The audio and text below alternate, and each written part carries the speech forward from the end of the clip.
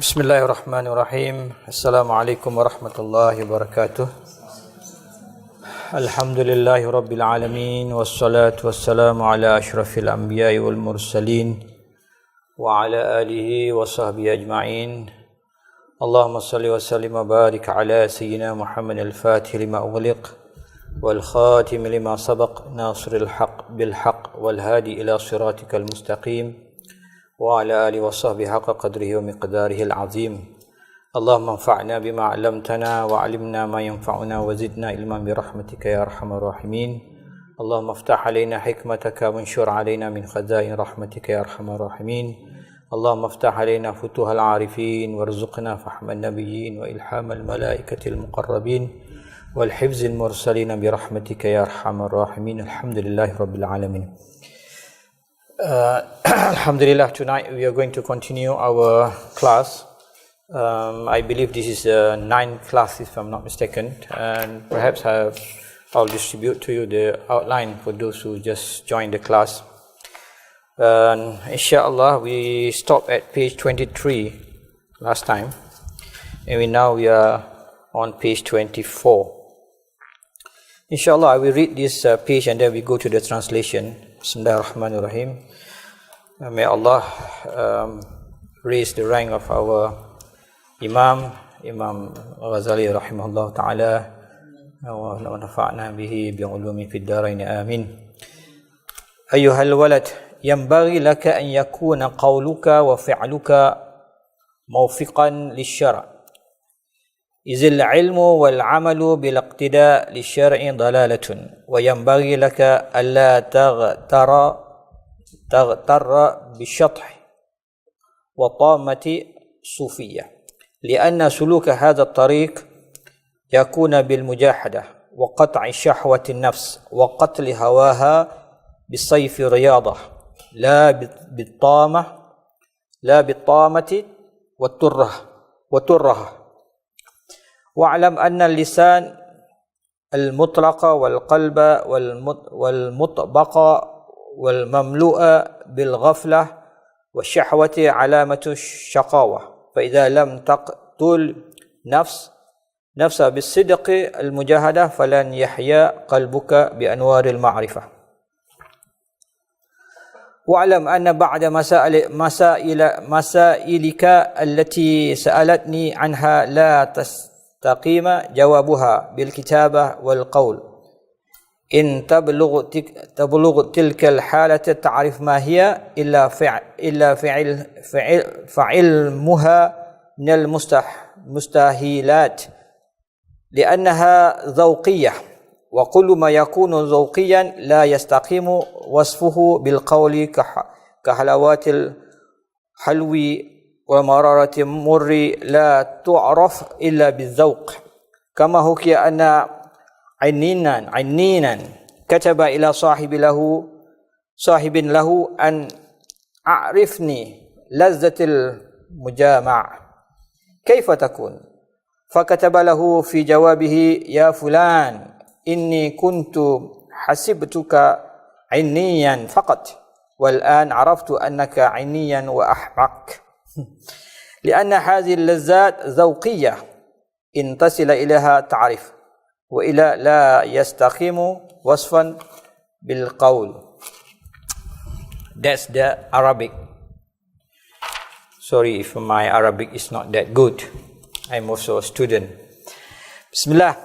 So the Shaykh was saying, O disciple, it is desirable for you that your speech and action be in accord with the law, since knowledge and action which are not model on law are error, and you must not be deceived by the aesthetic expressions and outbursts of the Sufis, since travel on this path should be by way of self-exertion, severing the ego's appetite and killing its passion with the sword of discipline, and not by way of outbursts and useless statements.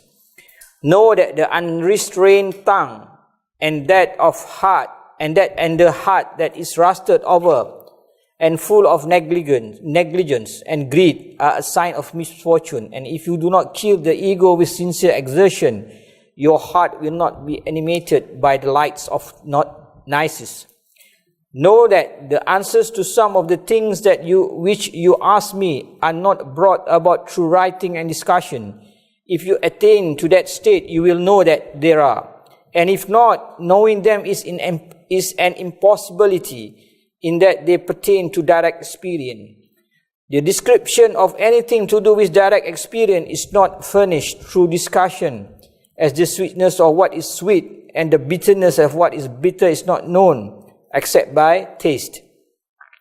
Thus it was related that an important man wrote to a friend of his to tell him what the pleasure of sex was like. So he wrote back to him in reply, "Oh Fulan, oh so and so, I thought you were just important. Now I know that you're important and stupid. Since this pleasure is to do with direct experience, if you attain it, you know it. Otherwise, the description of it is not furnished through talking and writing." So only this page we're going to discuss tonight for 45 minutes or so. And slowly we go, and perhaps if you have any question, then we can open for discussion. So I have given some handouts so that our discussion tonight will be guided a bit. Otherwise, I'll be going somewhere else. So I want it to be guided so that we can have fully focus on what the Shaykh was saying in the book.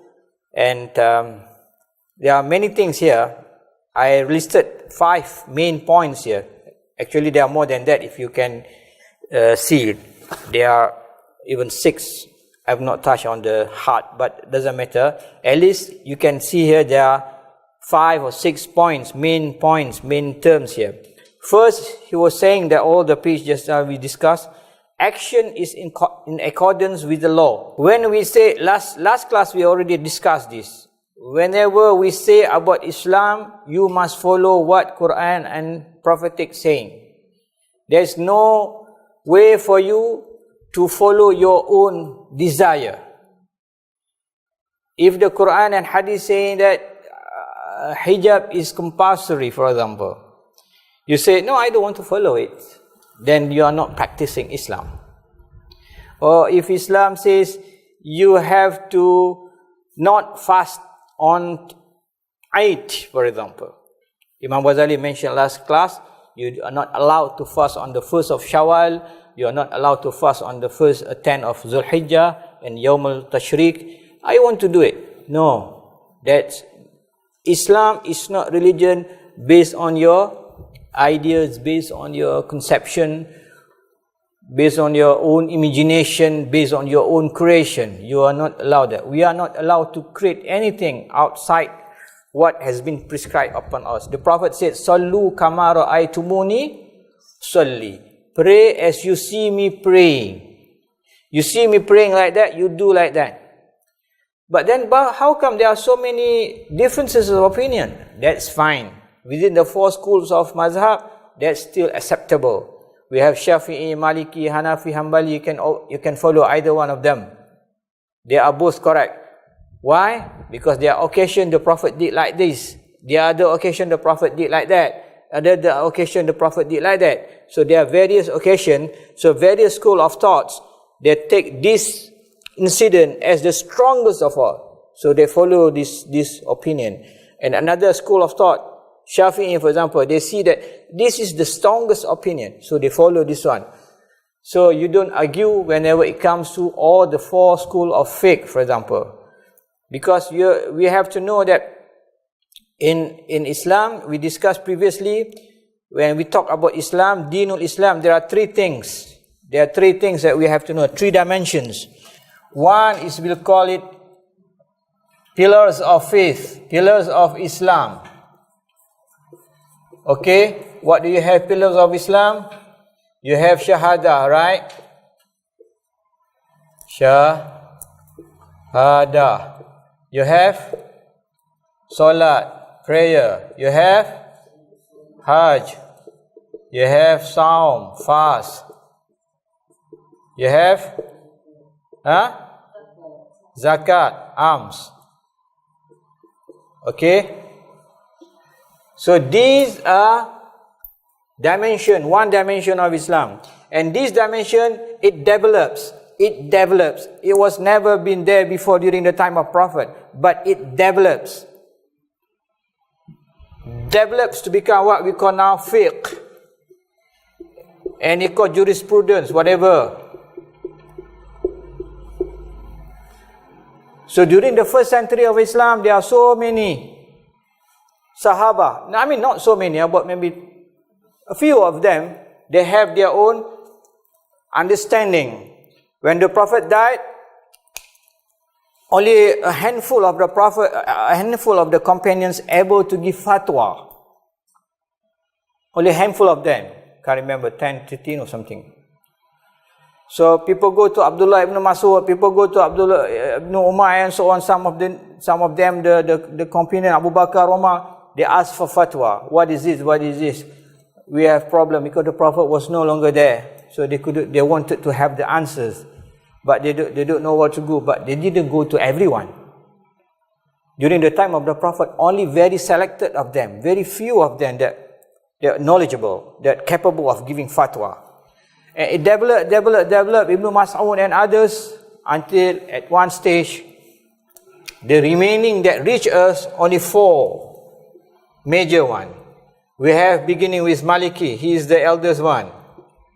And then we have Shafi'i. And then we have Hanafi. And then we have Hanbali. So all these 4 mazhab or mazahibs, mazahib in Arabic they call in Arabic they call it mazahib, in English mazhabs of course, school of thoughts. So they are dealing with these 5 things. You can follow Maliki, Shafi'i, Hanafi, Hanbali. You can follow, up to you. Okay, doesn't matter. All of them are correct, and all of them are considered as Ahli Sunnah wal Jama'ah, or we call it Sunni. What are they dealing with? They are dealing with halal, haram, sah, and batal, or invalidate, nullify, or whatever.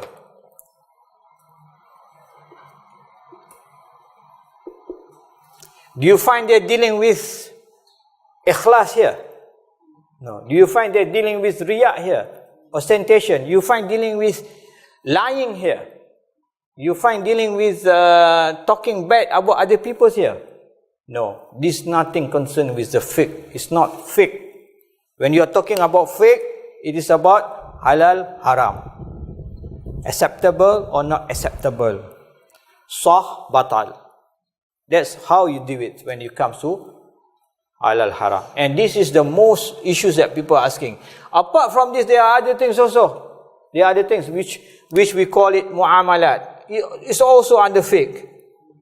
For example, you have here finance, riba, economy. You have all sorts of things now. Comes under this. We have marriage also here. It's not just 5 here, munakahat. It's also fiqh. It's also, and you have also jinayat. Not just these 5 things, but there are also other things coming here. And comes dealing with these things as well. And this is called fiqh. Another thing in Islam, another dimension that we have to know. We call it pillars of faith. Pillars of faith. What are pillars of faith? You are dealing with belief in Allah. Angels. Books. Prophets.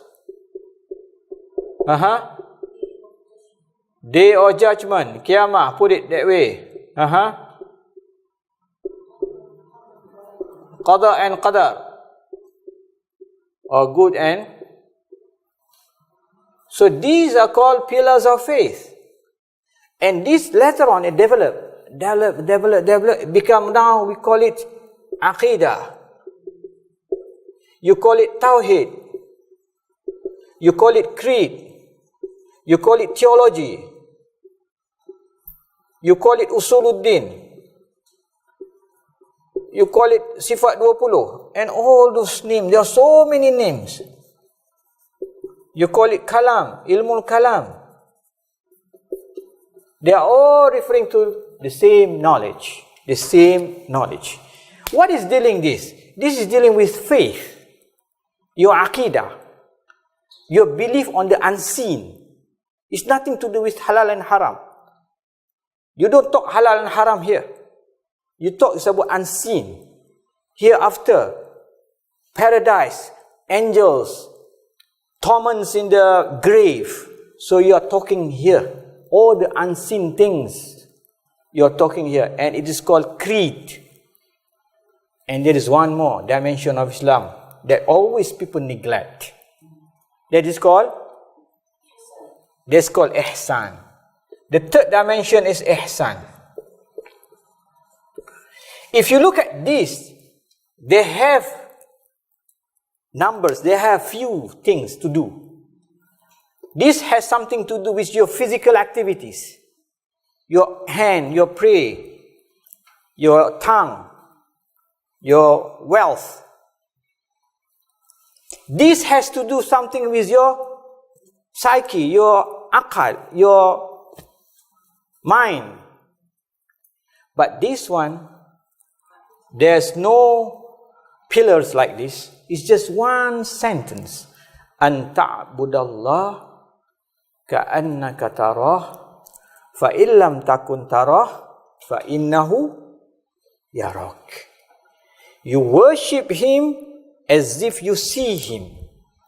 But if you don't see him, make sure that you have the feeling that he sees you. This is ihsan. This is called ihsan. So these three dimensions of Islam, how did we get this? We got it from a hadith Jibril. You can Google from the internet, you'll find it. Hadith Jibril. I think I mentioned this last time, but I repeat it again, especially for those who hadith of Jibril. The story was when the Prophet sitting among the companions, there was one guy came, no one knew him, wearing a white robe,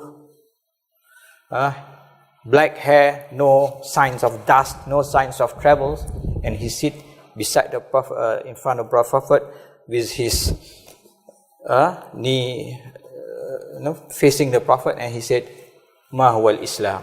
So the Prophet said, "Al-Islam," blah, blah, blah, blah. And then, "Ma huwa al-Iman." Iman is this, and then he asked, "Ma huwa ihsan." So, when we are dealing with ihsan, what is this? This is something to do with qalb. This is something to do with your heart. Why we have this?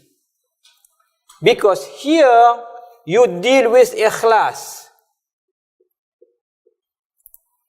You don't deal ikhlas here. You deal ikhlas here? No, you don't have ikhlas here. You don't, because here is concerned about halal and haram, halal and haram.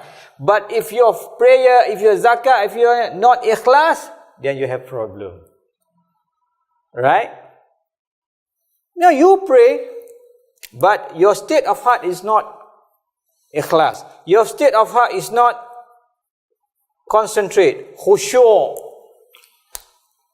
Supposing you pray when your mind is not in your prayer, is it acceptable or not? Fiqhi speaking. Accepted or not? Accepted. Your mind is somewhere else, but you follow all the arkan, Allahu Akbar, everything you follow. You have the wudu, not that you don't have the wudu, you have the wudu, everything is following. But do you pray accepted or not? Accepted. You fast, we are coming to Ramadan soon. You fast. You follow everything. But you look at women's with your lust. You look at this, you talk all the nonsense, you backbiting people, you lying. Your prayer is accepted or not? Fiqh speaking, it's valid because you don't eat. But what do you get? Zero. Kam min sa'imin laysa lahu min siyamin illa al-ju' wal 'atash. How many people that fast,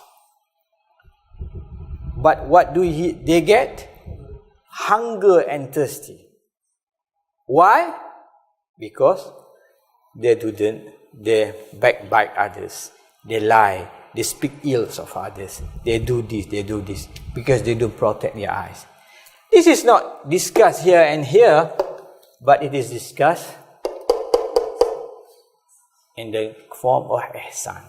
Ihsan later developed during the time of Hasan al-Basri and others, will become what we call now tasawwuf. It become what we call tasawwuf. People don't like to call tasawwuf. They call it tazkiyah. It doesn't matter. Or purification. You can call whatever you like. Whatever you prefer. Now when people talk about tasawwuf, what appears to their mind is someone who is very dirty, wearing old clothes. Oh, that imagination. Begging. So that's wrong concept. Then we have to get the correct understanding of what tasawwuf is all about. So because of that, it developed to become another discipline which is called tasawwuf here. And here we call it aqidah or whatever, tawhid. And here we call fiqh. And all these three branches of knowledge is fardu ain. Very good. All these three branches of knowledge at least is fardu ain for you to know. So we have to study this, we have to study this, we have to study this. We have to study how to pray correctly, how to perform, how to fast, how to zakat. We have to study Allah, angel, book, blah, blah, blah, blah. And also we have to study this. Here we discuss disease of the heart.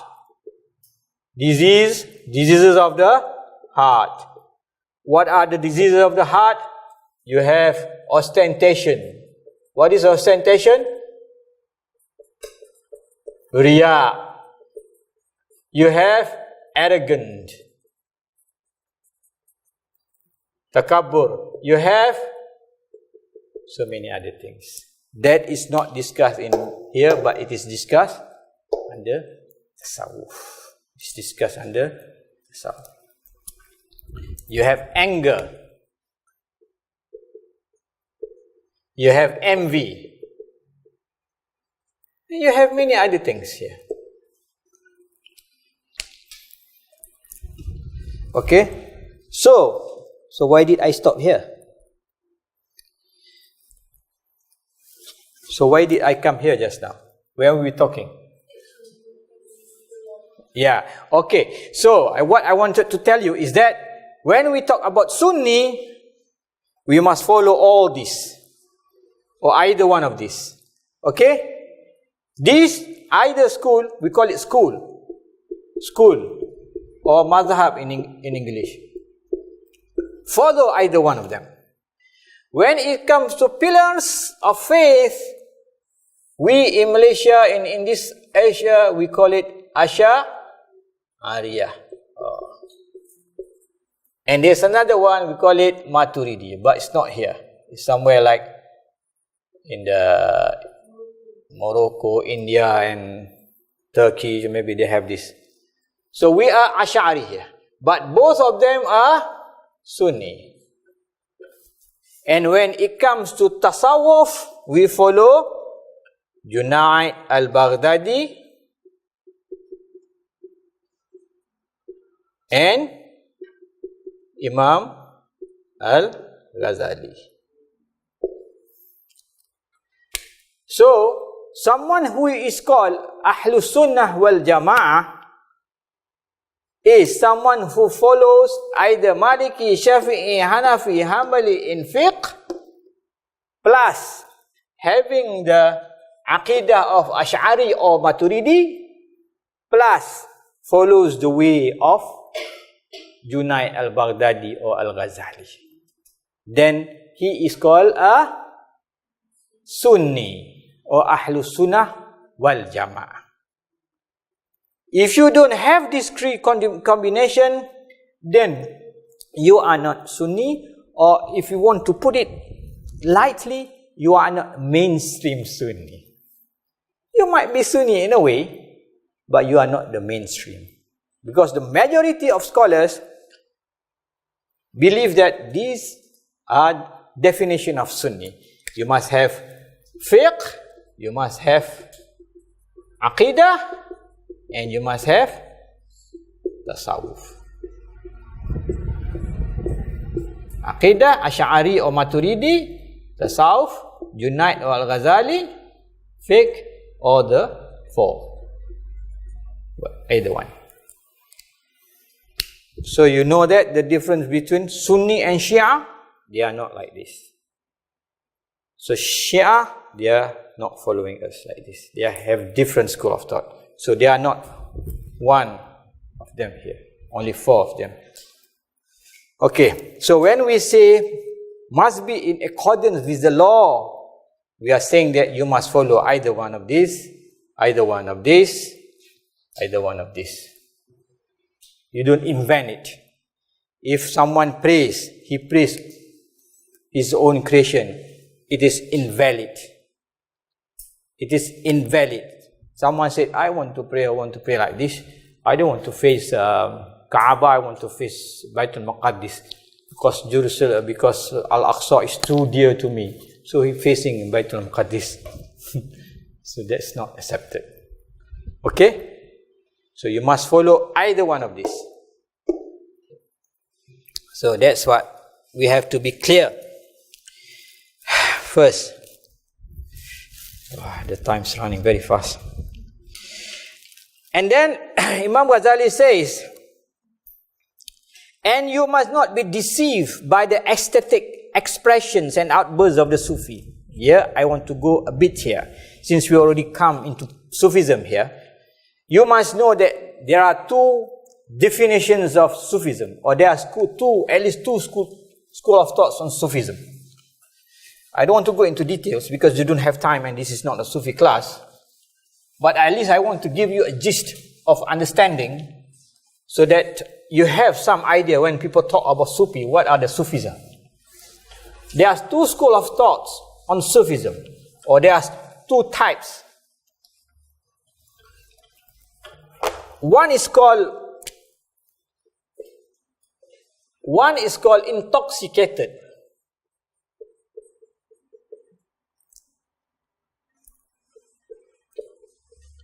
Some books they use drunk or drunken.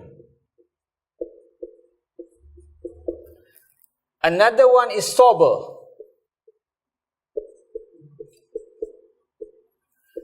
So these are two types of Sufi. Why they are drunk? They are drunk not because they drink alcohol, no. They are drunk because when they are in the state of zikr, remembrance of Allah, they lost their consciousness. To the extent that they don't know what they uttered. Just like in the case of Abu Yazid al-Bistami, here, died in 874, and Abu Mansur al-Hallaj. When people talk about drunken Sufis or intoxicated Sufis, these two are the most famous examples of drunken Sufis. For Abu Yazid al-Bistami, he said, Subhani, Subhani. He uttered the word, glory to me, glory to me. And that is kufr. From our viewpoint, you cannot say that. That is kufr. And for Hallaj, he said, Anal Haq, I am God, something like that. I am the truth, the ultimate truth. That is kufr. Because for the judge will make judgment based on the exterior, based on your zahir. They don't know what's inside your heart. You never meant it. Maybe you didn't mean it. But for judge, for a hakim, for a qadi, they don't know what's inside your heart. But if you keep on saying Subhani, Subhani, Subhani, it's heretic. It's heretical, deviant. And because of that, Al-Hallaj was killed, executed by scholars during their time because of the words. This is called drunken, shatahat. The utterance are shatahat, ecstatic, expression, shat. I put it there for you. It's easy actually, just Google from the internet, you find it. But I don't allow you to Google yourself, so I Google it for you, so that you don't Google wrong place. So shatahat is divinely inspired statement that Sufis utter in their mystical state. Okay? It's not ordinary state, it's a mystical state. The Sufis claim that there are moments of ecstatic fervor when they are overwhelmed by the divine presence to such a degree that they lose touch with worldly realities. Okay? Ecstasy. It's not pill ecstasy, not the ecstasy pills. This is different. This is ecstasy. But this one, if you look at the history, we found that there are many occasions actually. Things happen like this. Even like during the time of Moses. During the time of Moses, قَالَ رَبِّي أَرِنِي أَنْزُرَ إِلَيْكَ. Oh my Lord, show me, I want to see you. Remember that? The verse in the Quran? God said, no, you cannot see me. Look at that mountain. If you can see the mountain stand still, then you can see me. And then God tajalli, manifested in such a way, his glory, his greatness. And Moses saw the mountain crumbled and he collapsed himself. And then he woke up, oh God, forgive me. Because why? Because when you are during that divine presence, you are unable to comprehend. Your physical mind, your body, your mind cannot comprehend the divine presence. Because in this world, we are impossible to see God. We cannot see God. So for these sober, intoxicated Sufis, because of they are still at this, some scholars, they believe this intoxicated is a bit lower than sober. Sober is higher. Sober Sufis, when they are in the divine presence, they can still maintain their consciousness. They don't utter the ecstatic utterances. They don't utter the shatahat, the words that can contradict the Sharia. But for the intoxicated, they cannot withstand it. There is another hadith. There is a hadith during the time of, I think mentioned somewhere. Let me check where it is mentioned. Yeah, I think I put it there. There is hadith. I think page 2. Verily Allah is more pleased with the repentance. This is talking about repentance. But you look at here. Verily Allah is more pleased with the repentance of his slave than a person who has his camel in a waterless desert, carrying his provision of food and drink, and it is lost. He, having lost all hopes to get those back, lies down. You imagine someone lost his camels, no food, no drinks, lies down in shade and is disappointed about his camel, when all of a sudden he finds that camel standing before him. He takes hold of its reins, and then out of boundless joy blurts out, "O Allah," look at here, "O Allah, you are my slave, and I am your Lord." You see how it opposite? It should say, you are my Lord, I am your slave. But he misquoted it. This is ecstasy. Because this is in the state of ecstasy. Because so joy. Oh Allah, you are my slave, I am your Lord. He commit this mistake out of extreme joy. Extreme joy. So likewise, people in that state of ecstasy, in that state, Sufi state, they uttered words that if you look at from the Sharia perspective, it is kufr. It is haram. But perhaps it was because they could not contain the divine presence. The feeling that, this is at that stage. We don't know because I don't know. I've never been to that stage. So you must ask the shuyukh how they felt. So this is called intoxicated or drunken Sufis. And then we have another one. I think I mentioned here just now. Sober Sufis. Sober Sufis before B. Before B. Sober Sufis are people like Junaid al-Baghdadi and Imam Ghazali. They are sober Sufis. And they don't like these intoxicated Sufis. And I don't know whether we have that today or not. I don't think we have. I don't know. This is what Imam Ghazali says. You don't follow here. You see? He says here. Here he says, you must not be deceived by the ecstatic expression and outburst. Because why? Because some people, they want to pretend that they are ecstatic, they are high, some people, whereas they are not. Like these people, they are true the Sufis here, they are in the actual trance. But there are people, ordinary people, they're pretending. So Imam Ghazali said, no, you don't pretend that. If you pretend to do that and you uttered words that contradict to Sharia, it's haram. It's haram. You pretend. But for these people, Abu Yazid and Al-Hallaj, it might be that they have reached certain stage where they could not contain. Just like the guy who saw the camel.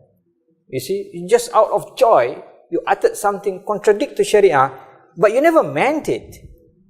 You never meant it. So similarly, for some people, sober Sufi, but they are true Sufis.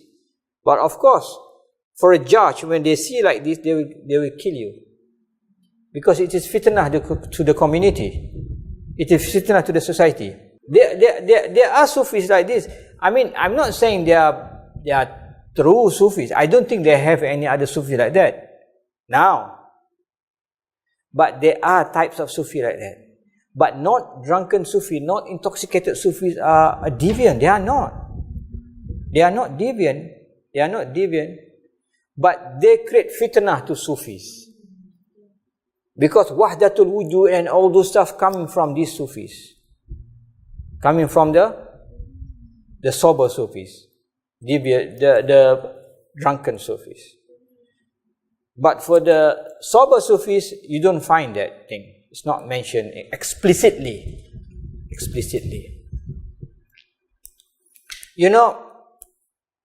For a Sufi, at the end of their stage, they go to khalwa. They go to seclusion. They go for khalwa. And they make zikir there. They make zikir, only zikir. Zikir. 1 week, 2 weeks, 3 weeks. They only recite Allah, Allah, Allah, Allah. And during that stage, normally, Allah will, whatever Allah will, show something, and this kind of Sufism. After they have undergone rigorous training, mujahada, they get rid of all the haram in their life, and then they come to a stage where they are ready to. We are not saying meeting God or something, but increase their level of yaqeen. We've discussed before yaqeen, right? The degrees of yaqeen, from ilmul yaqeen, ainul yaqeen to haqqul yaqeen. So the experiential, this is where we come now, where you have the experiential knowledge. So basically, we follow Al-Ghazali. So when we follow Al-Ghazali, you don't have that kind of intoxicated. You won't feel that. You won't have that. I don't think in Indonesia you have that Sufis, that tariqah that follow these drunken Sufis. I don't think so. Shazili is not drunken. Shazili is not drunken. I think Nashabandi also not drunken. I don't know. I don't know if there is any here in Indonesia. Intoxicate, no. We are talking about. This will happen normally when you enter a tariqah. If you don't enter tariqah, you won't have that. You won't have. So, Imam Ghazali says, the way of the Sufi, the way of this path is to taqarrub ila Allah, to get closer to Him. C1. To get closer to Him is not by utterance of shatahat, no, subhani or anal haq, no. That's not the way for Al-Ghazali. He says the way to reach Allah, the way to get closer to Allah is by self-exertion. He says here, I like the word he says, killing its passions with the swords of disciplines. That's very beautiful. You kill your ego with the sword of discipline. You have to be disciplined. If we want to get closer to Allah, it's by being disciplined. How? By following what Allah asks us to do. Fiqh aspect, aqidah aspect, and also tasawwuf aspect. And only then you get closer to Allah. And another point he mentioned is restrain tongues. Numerous hadiths on this. I don't have to mention to you, but I put here two here. Whoever believes man kana yu'minu billahi wa yawmil akhir falyakul khair aw liyasmut. Whoever believes in Allah in the day of judgment, then let him say what is good or remain silent. And another hadith, man yadman li ma bayna lahyai wa ma bayna rijlaihi admana lahu al-jannah. Whoever can guarantee me the chastity of what is between his two jaw bones here, right? Your jaw bones here. What is that? Your tongue. And what is between his two legs? Your private part. I guarantee him paradise. And then we come to some types of knowledge. I think this is the last one.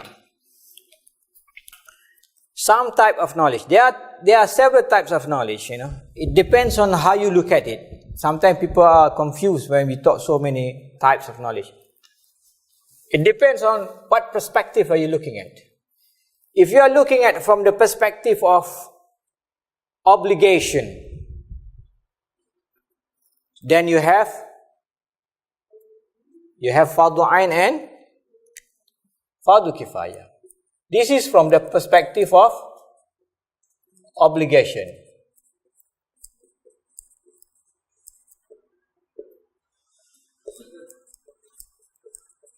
Okay? When you look at from the perspective of what? Of arriving. You have, for example, Shar'iyyah versus non-Shar'iyyah. I think I mentioned to you just now what constitute fardu ain knowledge. What are those again? Just a few minutes ago. What are those knowledge that constitute fardu ain?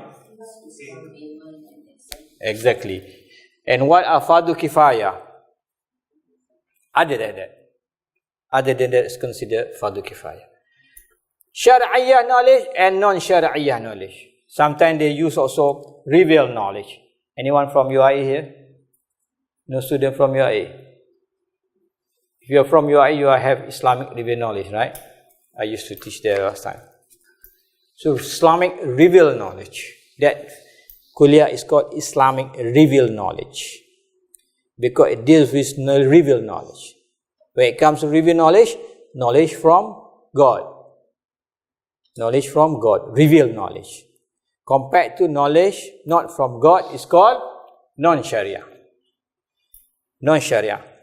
whatever, biology, chemistry, physics, those are medicine, engineering. And from the perspective of activity, you have theoretical knowledge and you have practical knowledge. And last one, you have way of knowing.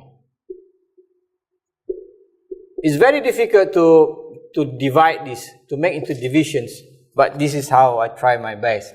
Based on Professor Osman Bakar. If you want to read more on this, you read this one. Classification of Knowledge by Professor Osman Bakar. I don't think you have time. So just listen to me. So, Ma'rifah, you have your attained knowledge and you have your experiential knowledge.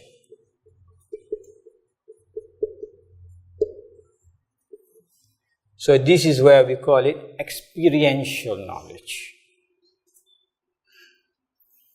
Experiential knowledge. What do you mean by experiential knowledge? Experiential knowledge means knowledge that you got from your experience. You got from experience. What experience? In this book especially, it means your experience with God. It's not your experience, your daily experience how to ride the bicycle, how to, that's not kind of experience. Experiential knowledge here is experience with God's presence. This is where Gnosis, they pronounce it Gnosis. I don't know why they pronounce it Gnosis.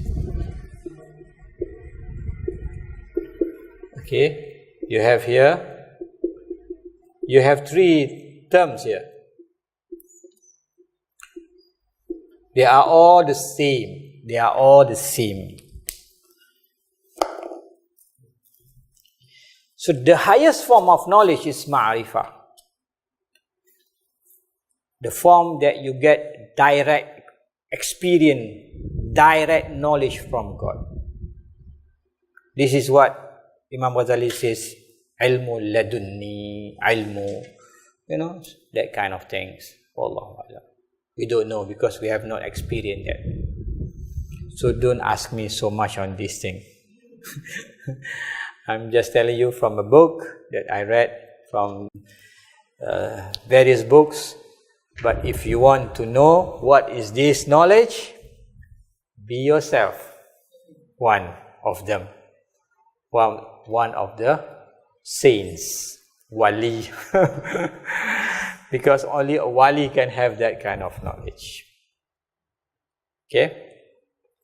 So Imam Ghazali says, if you want to have that kind of knowledge, you must experience it.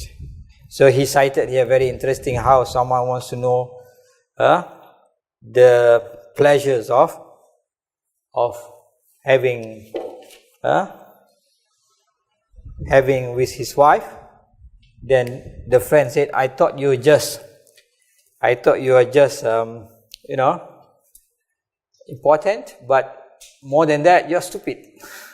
Because that kind of pleasure you don't tell, you don't write, you cannot tell and write. Just like people ask you, how sweet is honey? Can you explain to me? Oh, you cannot write it down. Can you write it down? The taste of honey, the taste of sugar, the taste of milk, the taste, you cannot write it down. Oh, the taste is sweet. How sweet? It's sweet. Is it like honey? Like sugar? No. Honey is not like sugar, but honey is sweet. You cannot describe it. Because you have to experience it. So there is knowledge that where you only can attain by experiencing it. And this is what there is a saying, Man arafa nafsahu faqad arafa rabbahu. Arif. You have whoever knows himself, know his Lord. And there is another hadith, there's another ayat. Allah says, وَمَا خَلَقْتُ الْجِنَّ وَالْإِنسِ إِلَّا لِيَعْبُدُونَ. You are not created except to worship me. Ibn Abbas says, لِيَعْرِفُونَ. لِيَعْبُدُوا بِمَعْنَى لِيَعْرِفُونَ. You are not created, you are created to know me. So when someone at the stage of ma'rifah, his knowledge is no more knowledge of rational knowledge, intellectual knowledge, but it is knowledge of zawqi, tasting. If people ask you, how do you taste honey? I know how to taste, how the taste of honey, and you know also. You don't have to tell me, I don't have to tell you. Because both have experience tasting honey. So this is called zawqi, knowledge of zawqi, tasting. And this is the highest form of knowledge. And this is the highest form of knowledge, experiential knowledge. So why Imam Ghazali mentions all these things? Because ultimately, for a true Muslim, for a good Muslims, they aspire to know God more than knowing God by intellect only. You don't want to know God you don't want to know someone just by looking at the birth certificate or by looking at the CVs. You know, knowing him very well. You want to see him, you want to meet him, speak to him, or at least you want to be in his presence. Even if you cannot see him, you cannot meet him, but you can feel his presence. You can feel his presence. So likewise, for wali, for a saint, they know God, not just like we ordinary people know him. We know him sifat 20, Allah tu bagian. Allah itu wujud, Allah itu esa, Allah is one, Allah is this. It's not that. Not just like your teacher knows your son. Your teachers know your son basically based on the birth certificate that you submitted to the school. But you know very well about your son. What he likes, what he doesn't like. Right? So likewise, for someone who wants to aspire to know God more than just knowing God from the intellect, the aqal, but also wants to know God from the experience, to feel the experience. So this is the way of the Sufi. And this is called to achieve the highest form of knowledge, ma'rifah. And this is what we say is the highest form of yaqeen that we can have. Wa'bud, this is based on the Quran said, wa'bud rabbaka, worship your Lord, hatta ya'tiyakal yaqeen, until you reach the certainty. Until you reach the certainty. Wa'bud rabbaka hatta ya'tiyakal yaqeen. Worship your Lord until you reach the certainty. We only believe the existence of God based on our readings, right? We know God like this, the sifat, the asma, the attributes of God. Do you feel God's presence? Do you feel that God is watching you all the time? We don't feel that because we are far from Him. Not far from distance. Because Allah is close to us. Far in terms of our relationship with Him. When we say we are far, we are close to God, we are not talking about the spatial distance. Space for Allah is nothing. We don't talk space to Allah. Because Allah doesn't reside in space. Because space and time is created by God. So we don't talk about space and time with Allah. When we say Allah is close to us, far to us, we are talking about relationship.